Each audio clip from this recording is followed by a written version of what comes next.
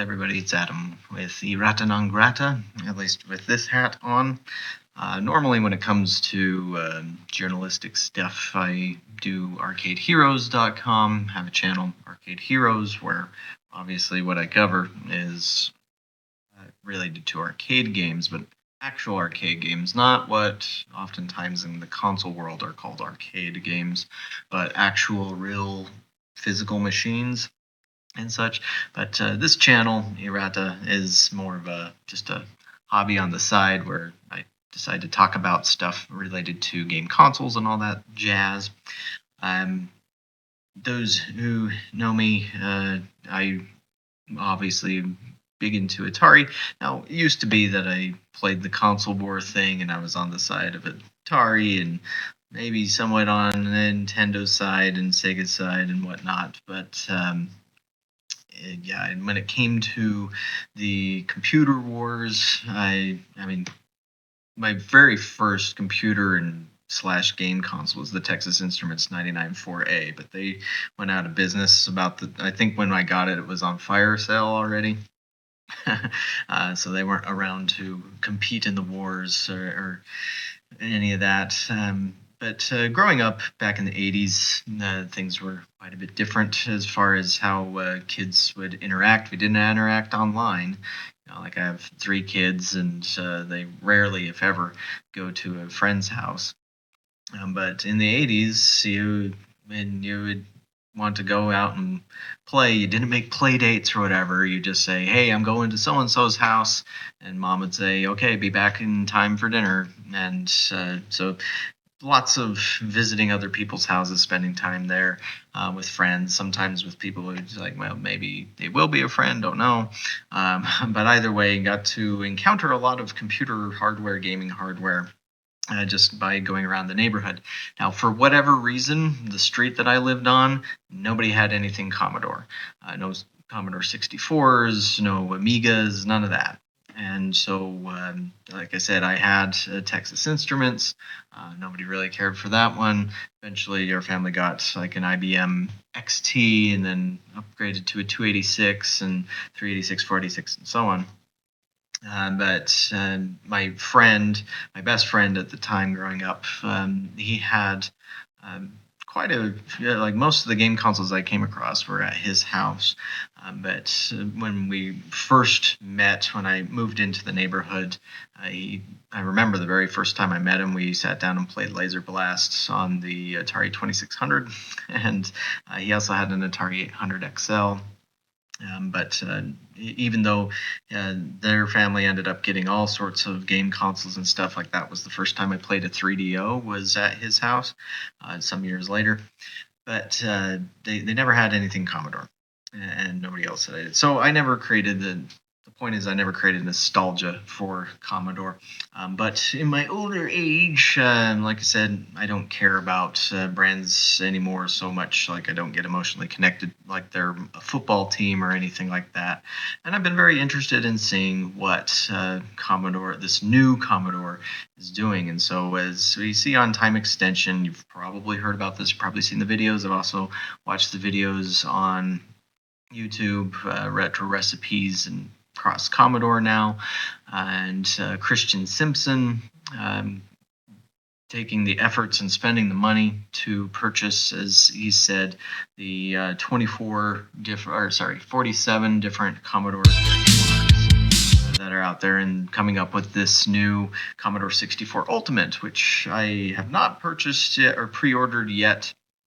I am certainly considering it, just having other bills to worry about and other retro games to be purchasing and all that jazz. But Wings of Death on the Jaguar is coming soon too. But anyways, the whole point of this video and all this setup is, and so I mentioned at the beginning, I do arcadeheroes.com. And so on LinkedIn, some time ago, well before Christian Simpson came up with this, or that he'd been trying to purchase Commodore and doing all that jazz, I remember making a connection with this gentleman here, Walter, of Commodore Industries, based out of Roma Lazio in Italy. And if we head over there on their LinkedIn page, and you can see here, like I've covered this once before, where they were the ones that had did a license with Taito to come up with a remake to the New Zealand story, which 4 weeks ago they posted this here. I haven't seen anything about it else, but it sounds like this game is available, but they don't provide any links. So I'm not really sure where you get this exact game and such. And part of the thing, that the oddity that connected me to them in the first place, was that Walter, who works for this Italian branch, as you can see here, Walter works here. He had been posting some articles about arcade games, but he was conflating the arcade machines, coin-operated arcade machines, as they used to be known. These days, most of them are card swipe, with arcade-style games and such. But that led me into learning about this Commodore Industries, and I had no idea that there was this complex network of all these trademarks strewn all over the place and all that. I thought that this particular company was the Commodore with all the IP and trademarks and copyrights and all that stuff underneath that umbrella, but apparently it was not. But Walter reached out to me a few days ago, because I guess he had seen the video that I'd done about the New Zealand story. Again, this was probably last year. And let me know that apparently this Commodore Industries is separate from the new Commodore, as we'll call it. And as he said, the new Commodore they consider it that there's two Commodores. There's Commodore US, and then these guys are calling themselves Commodore EU, although at least on their LinkedIn page, as you can see here, they have not updated that. And of course, there's other pages that still exist. I don't know if these have been brought under the umbrella, but yeah, you have Commodore Corporation, Commodore Business Machines, or two different pages for Commodore Business Machines. I guess we hop over to Commodore Corporation. Let's see. Yeah, this says that beneficially owns and holds all right, title, and interest in and to the famous brand Commodore, and provides IP rights to multiple third parties under trademark license agreements. I would assume that this is the new Commodore, but let's see what happens when we jump over to their website. Okay, so this is the official page. And so now, before I decided to record this video, I did go to this page. I tried to find a way to contact Christian Simpson or somebody at the new Commodore to get their comment on it. I'd like to get their side. And I did not send that email and then start shooting this video. I actually did it yesterday. And but I've not heard anything back. I didn't even get an indication in my email whether or not they got the message. I tried contacting them on X, but I guess they need to follow me to be able to do that and all that. And so as of this time, I tried to wait, but there's been no comment from the new Commodore. So maybe if somebody from new Commodore watches this video, they can comment on what is the deal with with this Commodore Industries place, and the what's going to happen, because according to Walter, that this branch of Commodore had suggested joining forces, but he said that the new Commodore wanted money.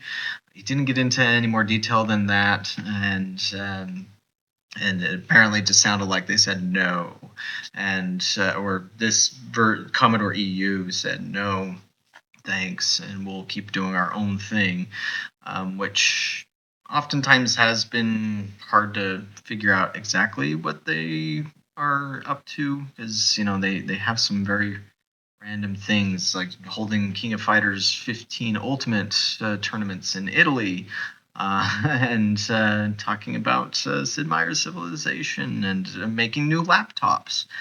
So, like, this is their Orion Slim 15 Gen 6 by Commodore.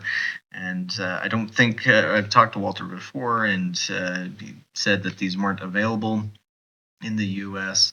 It certainly crossed my mind. It's like, oh, that could be cool to have a Commodore laptop and whatnot. But yeah, there's the specs on that one with an NVIDIA RTX 460. I can't remember which NVIDIA card was a complete disaster. I think it was a 5000 series. But anyways, so that's the news. According to this, according to these guys, there is at least one Commodore trademark or something that's not under the brand new Commodore, and these guys are separate. Whether or not that will work out to them eventually working together and providing the Commodore 64 Ultimate overseas or through Europe, or I don't know if that will just end up in court or anything. So I guess I don't know. Probably shouldn't comment on anything like that because I'm not a lawyer and I don't know anything about all that law. But was very interesting to get this information, and like I said, I'm curious to hear the new Commodore's side of it and how they stand on it. It is odd because, as you can see, this Commodore EU is using the Chicken Lips logo, as is the brand new Commodore and such. So yeah, where is it going to go? Not sure. But if anybody has more information, let me know in the comments below.